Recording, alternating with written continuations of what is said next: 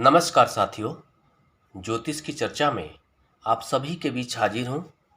इसी के साथ आप सभी से आग्रह करता हूं, चैनल को सब्सक्राइब करें, लाइक करें और शेयर करें। आप सभी का सब्सक्राइब करना मोटिवेट करता है अच्छे से अच्छे कंटेंट को लाने के लिए, जिससे ज्योतिष को समझना आसान हो जाए। आज की चर्चा का विषय है मंगल का फिलहाल जो गोचर है वो मीन राशि में है।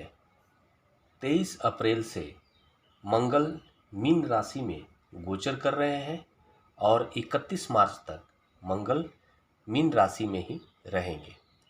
इस गोचर का प्रभाव मेष से लेकर कर्क लग्न वालों पर किस तरह का पड़ने वाला है, इसको हम लोग जानने का प्रयास करेंगे। आप सभी के सामने ये चारों लग्न के चार्ट है। मेष लग्न, वृषभ लग्न, मिथुन लग्न एवं कर्क लग्न। आज इन्हीं चारों लग्नों की बात होगी कि इन सभी चारों लग्नों पर किस तरह का प्रभाव पड़ने वाला है। मेष लग्न के चार्ट के अंदर मंगल द्वादश भाव में गोचर कर रहे हैं। द्वादश भाव में जहां पर 12 नंबर लिखा हुआ है, 12 नंबर राशि मीन राशि होती है और मंगल मीन राशि में गोचर कर रहे हैं। 23 अप्रैल से 31 मार्च तक यहीं पर मंगल रहने वाले हैं। मेष लग्न के अकॉर्डिंग मंगल की भूमिका लग्न भाव के स्वामी ग्रह के रूप में है। मेष लग्न के अकॉर्डिंग मंगल की भूमिका अष्टम भाव के स्वामी ग्रह के रूप में है।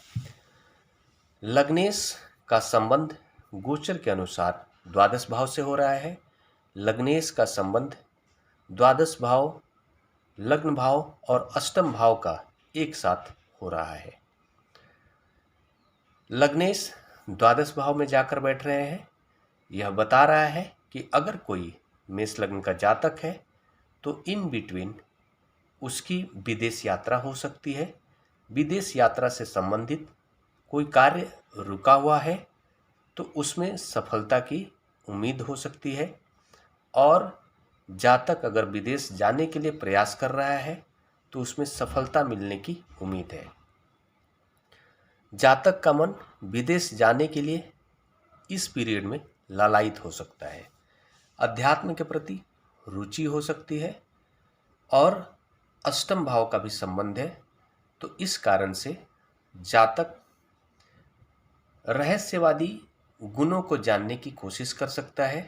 ज्योतिष के प्रति आकर्षण बढ़ सकता है और गूढ़ ज्ञान, मंत्र विद्या, इन सब के प्रति जातक का आकर्षण बढ़ सकता है। सट्टा मार्केट के प्रति जातक को सावधान रहना चाहिए। नुकसान की स्थिति बन सकती है, दूर रहना चाहिए। बात कर ले वृषभ लग्न वालों की, तो वृषभ लग्न चार्ट के अनुसार मंगल एकादश भाव में गोचर कर रहे हैं और वृषभ लग्न के अनुसार मंगल की भूमिका द्वादश भाव के स्वामी ग्रह के रूप में है और सप्तम भाव के स्वामी ग्रह के रूप में है। द्वादश भाव का संबंध एकादश भाव से हो रहा है, मतलब जातक आध्यात्मिक कार्यों से जुड़कर लाभ ले सकता है।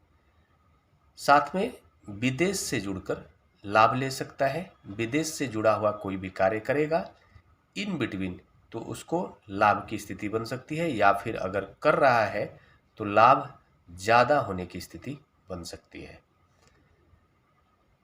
इस लग्न चार्ट के अकॉर्डिंग सप्तमेश भी मंगल है, तो जातक को इस पीरियड में अपने जीवन साथी से लाभ मिल सकता है। पार्टनरशिप में लाभ की स्थिति बनने वाली है। बात कर ले मिथुन लग्न के अनुसार। मिथुन लग्न के अनुसार मंगल कर्म भाव के अंदर गोचर कर रहे हैं और मिथुन लग्न में मंगल की भूमिका एकादश भाव के स्वामी ग्रह के रूप में है। साथ में मंगल की भूमिका छठे घर के स्वामी ग्रह के रूप में है। जातक मंगल से संबंधित कार्य करेगा।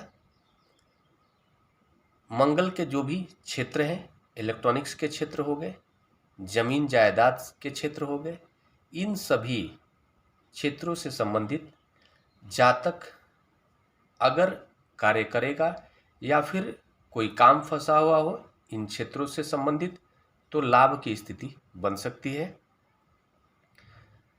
इस लग्न चार्ट के अकॉर्डिंग अगर कोई किसी भी तरह का वाद विवाद चल रहा हो, छठे घर का भी संबंध बन रहा है एकादश भाव से और कर्म भाव से, तो जातक का अगर जमीन जायदाद से संबंधित जो भी लीगल कोई केस चल रहा हो, तो इस पीरियड में सफलता मिलने की उम्मीद बन सकती है। खर्चे थोड़े से लीगल कामों में बढ़ोतरी हो सकती है, लेकिन सफलता की उम्मीद दिख रही है। बात कर ले कर्क लग्न के जो जातक हैं, कर्क लग्न के जातक के अनुसार मंगल का गोचर नवम भाव में हो रहा है। इस गोचर पीरियड में मंगल का संबंध कर्म भाव से जुड़ रहा है, साथ में इस गोचर पीरियड में मंगल का संबंध पंचम भाव से जुड़ रहा है।